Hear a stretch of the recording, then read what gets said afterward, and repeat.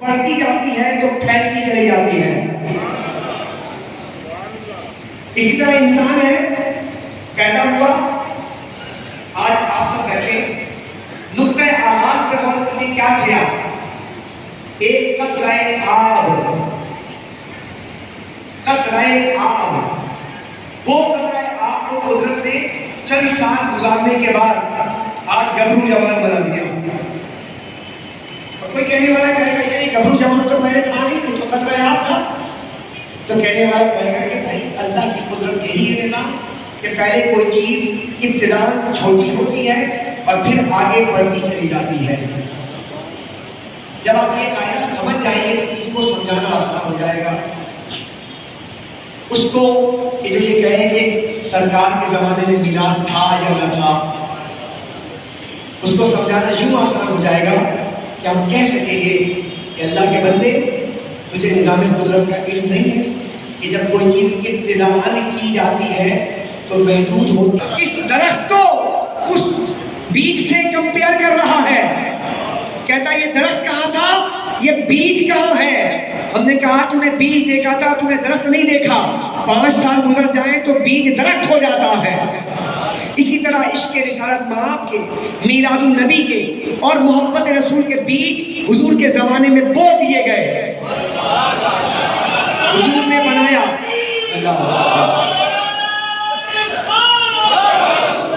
حضور علیہ السلام نے فرمایا کہ میں پیر کے دن کا روزہ رکھتا ہوں. کیوں؟ کہ میں اس دن پیدا ہوا. کوئی نعمت ملے تو چرچا کرو. یار ایک بات بتاؤ، سارے بیٹھے ایمان والوں سے سوال کرتا ہوں. وَأَمَّا بِنِعْمَتِ رَبِّكَ فَحَدِّثْ. ترجمہ کیا ہے؟ جب نعمت ملے تو کیا کہا؟ چرچا کرو. کوئی شخص یہاں بیٹھا ہے جو یہ کہے کہ حضور نعمت نہیں ہے. میں تو کہوں گا نعمت عظمیٰ ہے. بیٹا پیدا ہوا، بیٹی کی شادی کرتے ہیں، منگنی کرتے ہیں تو برابر میں پڑوس میں جا کے لڈو دیتے ہیں. تو آپ کے پڑوسی پوچھتے ہیں خیریت کو، کہا کہ آپ بچی کی بات پکی کر دی ہے، نعمت ملی ہے تو لڈو بانٹتے ہیں. اور جب کونین کی نعمت ملی ہے تو جان و دل ہوش و خرد سب تو مدینے پہنچے. تم نہیں چلتے رضا سارا تو ساما گیا. جو ہوتی ہے پھر پھیلتی چلی جاتی ہے. میں تو یوں دیکھ رہا ہوں، مجھے کہنے دیں گے آپ. میں تو یوں دیکھ رہا ہوں، مجھے کہنے دیں گے آپ. میں اگر نسل رہی تو آپ یقین سے بتائیے کہ انسان اگر چاند پہ پہنچ گیا تو کیا ہم یہ نہیں دیکھ رہے کہ اگر عاشق رسول چاند پر پہنچ جائے، ہم تو یہ دیکھ رہے ہیں کہ چاند پہ بھی حضور کا میلاد ہوگا. تو یہ پھیلاؤ بڑھتا جائے گا. انسان جہاں جہاں جائے گا وہاں بیٹھ کر حضور کا ذکر کر رہا ہوگا. چاہوں گا یہاں پر یہ نقطہ سمجھ لیجیے آپ. اللہ فرماتا ہے بعض چیزیں بس، میں نے کیا کہا، بعض چیزیں فکس ہیں اور بعض فکس نہیں ہیں. نماز پڑھتے ہیں آپ، نماز میں جتنے بھی چیزیں ہیں وہ سب عربی میں ہیں. کوئی شخص اردو میں پڑھے گا نماز ہوگی نہیں، فکس ہے. لیکن درود پاک کی جب بات آئی، ان اللہ و ملائکتہ یصلون علی النبی، یہ کہا نا اللہ اس کے فرشتے درود بھیجتے ہیں خیر کی خبر بتانے والے پر. نماز سمجھ جو چاہوں گا میں، نماز اردو میں کوئی پڑھنا چاہے گا بولیے نہیں ہوگی. کیوں؟ فکس ہے. اور جو چیزیں اللہ نے فکس کی ہیں وہ بدل کوئی نہیں سکتا. لیکن درود و سلام کے لیے اللہ نے کیا فرمایا؟ ان اللہ و ملائکتہ یصلون علی النبی. یا تو میں بات نہ کروں یا پھر یہ کام کروں؟ برائے مہربانی. ابھی انشاءاللہ بھی بالکل آخری فصل ہے اور روحانیت عروج کی طرف جا رہی ہے. لیکن توجہ آپ کی طرف اتنا ماشاءاللہ آپ نے مسرور ہو کر پڑھا ہے. آج حضرت صاحب بہت مسرور ہو کر پڑھا ہے، لطف اندوز ہوئے ماشاءاللہ. توجہ چاہوں گا، بہت ہی قیمتی نقطہ ہے سمجھنے والے. نماز میں جو چیز ہے فکس ہے، بدل نہیں سکتے. بعض چیزیں فکس ہیں، بدل نہیں سکتے. اللہ نے فرمایا ظہر میں 4 فرض ہے، فکس ہے. عصر میں 4 فرض ہے، فکس ہے. مغرب میں 3 فرض ہیں، فکس ہیں. عشاء میں 4 فرض ہیں، فکس ہیں، بدل نہیں سکتا. لیکن نماز تو بدل نہیں سکتا، لیکن جو لباس تو پہن کے آئے گا یہ تو بدل کر آ، یہ تیرے اوپر ہے۔ تو خوشبو کوئی لگا کر آئے یہ تیرے اوپر ہے، یہ فکس نہیں ہے۔ جائے نماز جس پہ تو پڑھ رہا ہے یہ فکس نہیں ہے، یہ تیرے ثوابدید پر ہے۔ تو جو بندے کے لیے اللہ رب العزت نے کہا کہ تیرے تجھ پر چھوڑا، آزاد چھوڑا ہے، تو جیسے چاہے کرتا رہے، نماز 4 ہی پڑھے گا لیکن جس طرح چاہے گا پڑھ لے، تو تجھے تیری نماز کو میں قبول فرماؤں گا، قبول کروں گا۔ یہاں پر بعض چیزیں اللہ نے بندوں کے ہاتھ چھوڑی ہیں، ان میں سے ایک درود و سلام بھی ہے۔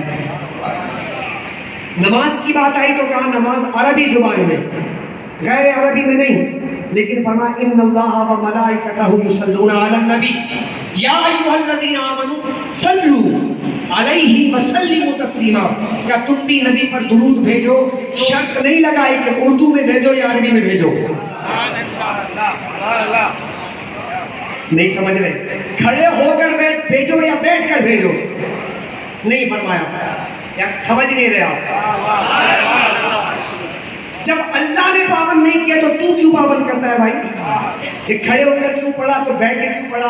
اللہ نے کہا بس پڑھ دے، نبی پر درود ایسا ہے تو جیسے بھی پڑھے گا میں قبول کر لوں گا، بس پڑھنا شرط ہے۔ بیٹھ کے پڑھ رہے تو بھی مزہ۔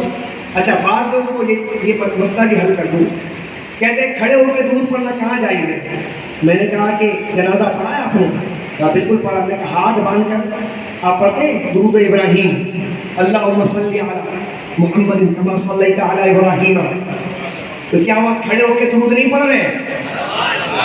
ارے بولے بھائی، تو کھڑے ہو کے ناجائز ہوتا تو جنازے میں کیسے پڑھتے؟ لہٰذا جیسے بھی پڑھیں آپ کے لیے جائز ہے۔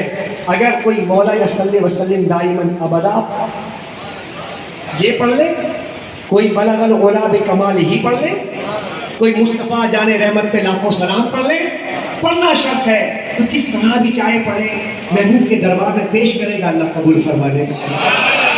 حضرات ذی وقار، یہ سارے قاعدے قوانین ہمارے لیے بنائے گئے، آسانیوں کے لیے بنائے گئے۔ بندے ہیں جنہوں نے مشکلات پیدا کر دی ہیں، ورنہ اللہ تو ہمارے لیے آسانی چاہتا ہے۔ تو آئیے آخری جو فصل ہے مناجات پر، حاجات میں، تو اللہ نے مناجات بھی ہم پر چھوڑ دیا ہے۔ تو جس زبان میں چاہے مناجات پڑھ، میں قبول کروں گا، بس دعا کرنا تیرے بس میں ہے تو دعا کر۔ میں نے تو ایسے بھی لوگوں کو دیکھا، خانہ کعبہ میں گئے، کعبے کے دیوار کے ساتھ عجیب عجیب زبان میں تالی بجا رہے، ایسے کر رہے، آؤ آؤ، پتہ نہیں کیسے کیسے الفاظ میں کر رہے، تو کہہ رہے اللہ کے دربار میں کر رہے۔ تو میرے بھائی اس دربار میں تو بولنے والا بول رہا ہے، اللہ اس کی بھی سن رہا ہے، لیکن جس کی زبان نہیں ہے اللہ اس کی بھی سن رہا ہے۔ تو اس لیے وہاں پہ ہماری زبان، ہمارے چہرے مورے نہیں دیکھے جاتے، تو دیکھتا ہے کہ دل سے بول رہا ہے۔ تو آخری مناجات ہے، دل سے بولو، میلاد کا مہینہ ہے، دل سے بولو۔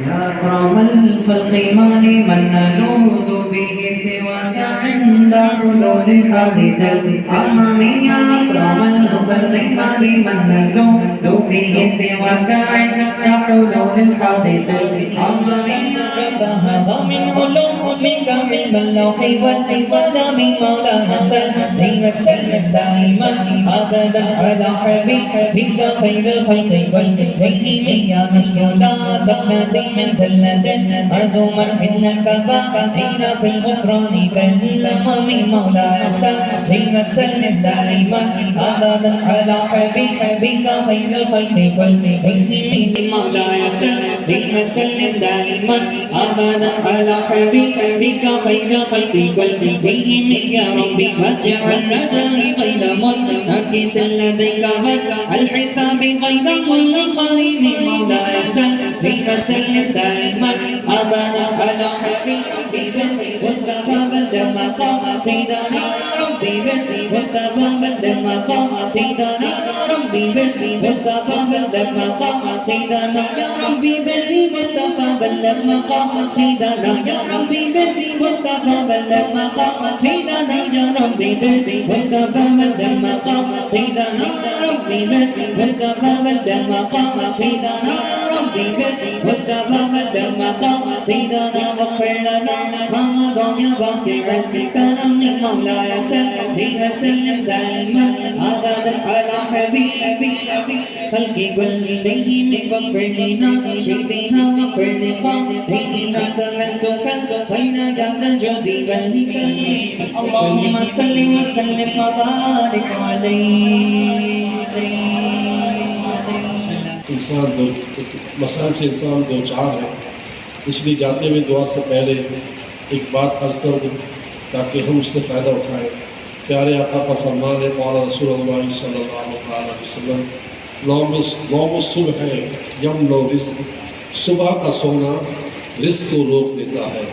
خدا نخواستہ اگر میں اور آپ بہت برے حالات سے کوئی کام ہے، اگر تیری مدد ہوگی تو والے پیارے ہو جائیں گے، بس تمہاری مدد کرنا برکت اللہ بشریت ہم سے گناہوں کی یلغار وابستہ ہو چکی ہے، گناہوں کی کتنی گندی عادتیں ہمارے ساتھ بنی ہوئی ہیں۔